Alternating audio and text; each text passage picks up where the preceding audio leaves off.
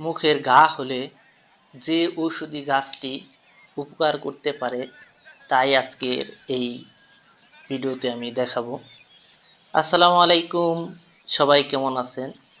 সবাইকে অসংখ্য ধন্যবাদ যে আপনারা সবসময় বাংলা লাইভের সাথে থাকেন। সবাইকে স্বাগতম আজকের এই ভিডিওতে। আজ আমি আপনাদের এমন একটি ঔষধি গাছের সঙ্গে পরিচয় করিয়ে দেব যেটি আমাদের আশেপাশের অনেক সময় পাওয়া যায় এবং মুখের ঘা চিকিৎসায় দীর্ঘদিন ধরে ব্যবহার হয়ে আসছে।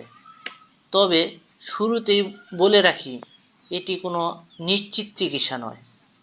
কারো মুখে ঘা 2 সপ্তাহের বেশি থাকে, বারবার হয়, খুব ব্যথা করে অথবা জ্বর বা অন্য কোনো সমস্যা থাকে, তাহলে অবশ্যই চিকিৎসকের পরামর্শ নেওয়া উচিত।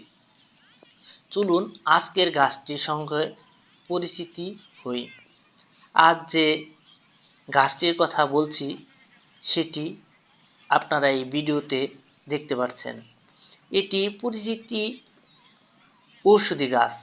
এটি সাধারণত স্যাঁতসেঁতে জায়গায় জন্মায় এবং ছোট গোলাকার পাতার জন্য সহজেই চেনা যায়। লোক চিকিৎসায় অনেকেই মনে করেন এই গাছগুলো অনেক ভালো কাজ করে, ক্ষত শুকাতেও কিন্তু এই গাছগুলো কাজ করে।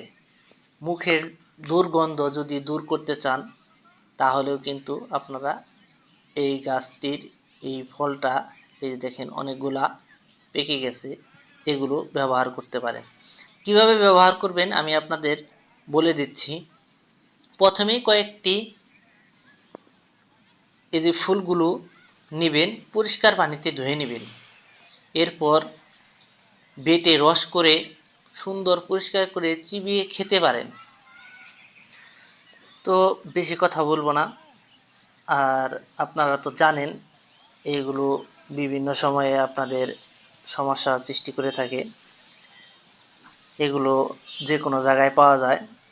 আপনারা সব সময় আমার ভিডিও দেখেন আর এগুলো সুন্দর করে আপনারা আপনাদের বাড়ির পাশেই হয়তো হয়েছে। আজকের এই ভিডিও দেখে হয়তো আপনারা কিছুটা হলেও উপকৃত হবেন এই আশা করতেছি। যারা আমার এই ভিডিও দেখে কিছুটা উপকৃত হবেন তারা অবশ্যই লাইক, কমেন্ট, সাবস্ক্রাইব করতে ভুলবেন না।